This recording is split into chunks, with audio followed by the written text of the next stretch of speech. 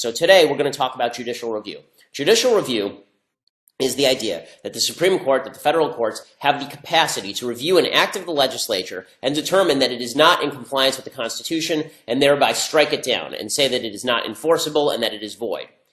Okay, so far that's correct. Having the ability to strike down a piece of legislation in the name of the Constitution. The decision in which the court arrogated to itself that responsibility was a decision called Marbury versus Madison. I've talked briefly on the show before about Marbury versus Madison, but I've never really explained why I think it was wrongly decided. So, not in the Constitution. Well, it depends what you mean by that. You know, there is a thing called logic. For example, if I say 2 plus 2, can you come up with 4? Here is the background to Marbury versus Madison, decided in 1803. John Adams was the president in 1800. He's leaving office in 1801. Just before he leaves, his Secretary of State is a guy named John Marshall. John Marshall ends up being the Supreme Court justice who decides Marbury versus Madison. So right before he leaves, President Adams appoints a bunch of justices of the peace, and commissions for the post are made out in Marshall's office. 4 of them were not delivered by the time Adams leaves office, and Jefferson takes over. Jefferson then says to his new Secretary of State, James Madison, hold these things up. I don't like these justices of the peace. We're not delivering these. So there are a bunch of questions that Marbury versus Madison decides. First of all, good notion that Marshall should have recused himself.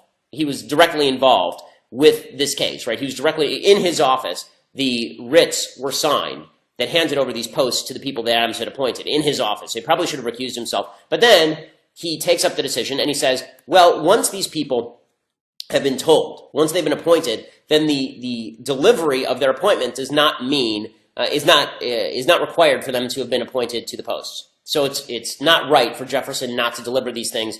They're already appointed to the post. The delivery doesn't matter. Okay, that in and of itself would have been okay. But then he goes further and he starts looking at the 1789 Judiciary Act, which restricts certain parts of the judiciary and talks about what the judiciary can and cannot do. And what he finally decides, to make a longer story short, what he finally decides is that it is the Supreme Court that gets to decide what is constitutional and what is not.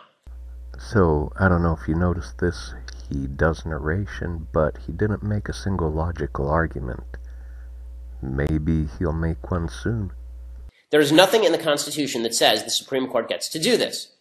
First of all, there's a good notion that even if in Article 3 it said that the Supreme Court gets to decide whether something is constitutional or not, it wouldn't go to the substance of the law. In other words, they couldn't decide whether a law was constitutional or not. They could just say this law was not passed legally. You didn't follow the procedures laid out in the Constitution, so you have to go back and do it again. But there's nothing in Article 3 that says, we don't like this law, so we're striking it down. Notice he hasn't explained the logic behind Marbury v. Madison and why he disagrees with it. Alexander Bickel of Yale is not a conservative. He wrote back in 1962, quote, Marshall had already begged the question in chief, which was not whether an act repugnant to the Constitution could stand, but who should be empowered to decide that the act itself is repugnant. A statute's repugnancy to the Constitution is, in most instances, not self-evident. It is rather an issue of policy someone must decide. So imagine for a second that the Supreme Court weren't the quote-unquote final arbiter of the Constitution, right? Justice Jackson said, we are not final because we are infallible. We are infallible because we are final. Imagine for a second that we actually obeyed the Constitution and the Supreme Court was not the final authority on the Constitution. What would happen if Congress passed some unconstitutional law and the Supreme Court weren't there to strike it down? Okay, so a little name dropping there and a hypothetical, but why doesn't he look at the actual logic and say why he disagrees with it? Well, then the voters would get to speak. But what happens when the Supreme Court decides that something is unconstitutional when it's actually constitutional, like, say, Trump's executive order on immigration? Well, then, there's no way for us to rectify that because the Supreme Court has the quote-unquote final word. This is not something the majority of founders actually thought was a good thing. Even John Marshall said that we have to be very careful how we use judicial review, but once you've created the sort of judicial review, it's very hard to keep it sheathed. Here's the thing about the voters. Voters, get basically a binary choice, 2 candidates usually, and they don't get into granular details about hundreds of laws. So the idea that the voters can just decide hundreds of laws with one single vote, it really doesn't make any sense.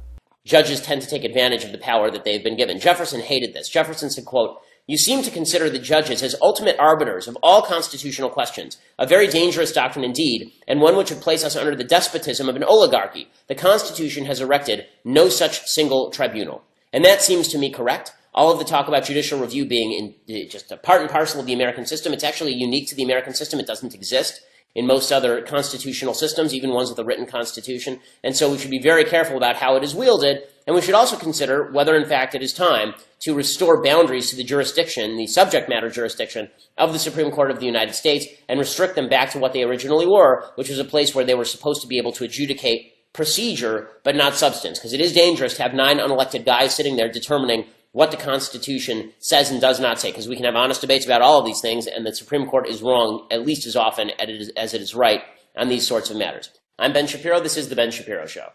He does make one point that's kind of good, and that point is that judges have a lot of power and you have to be careful who you appoint. However, that doesn't mean that the power is inherently bad. So, because Ben Shapiro never went into the logic, I'll explain it. It's really simple, actually. If you start with the premise that the Constitution means something, and that it ought to be relatively difficult to change, then it logically follows that any law that would invalidate the Constitution has to be null and void. Consider for a second how laws get passed. A lot of times there's this big waiting game.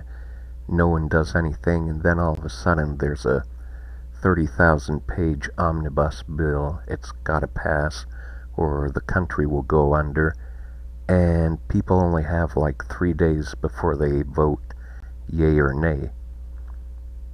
Is that how you want the Constitution to be changed? What if someone puts a provision that says anybody who owns a gun will be put in a camp and executed? Are you telling me the Supreme Court should not have the power to strike it down? Because that's ultimately how laws work. There are tons and tons of laws, and this law contradicts that law, and courts have to decide, we're going to uphold this law, and we're going to strike down this law. And once that decision is made, unless there's a good decision to unmake that decision, you do want precedent, you do want consistency. You don't want, say, a black guy to be tried by this law, or a white guy to be tried by that law. Once a decision is made, you want it to be consistent. You don't want it to fluctuate back and forth. So yeah, it blows my mind that Ben Shapiro allegedly went to Harvard and got a degree in law, because how could he not know something so simple? And this is the reason why I think, if he actually did go to Harvard, maybe Harvard should repossess his degree.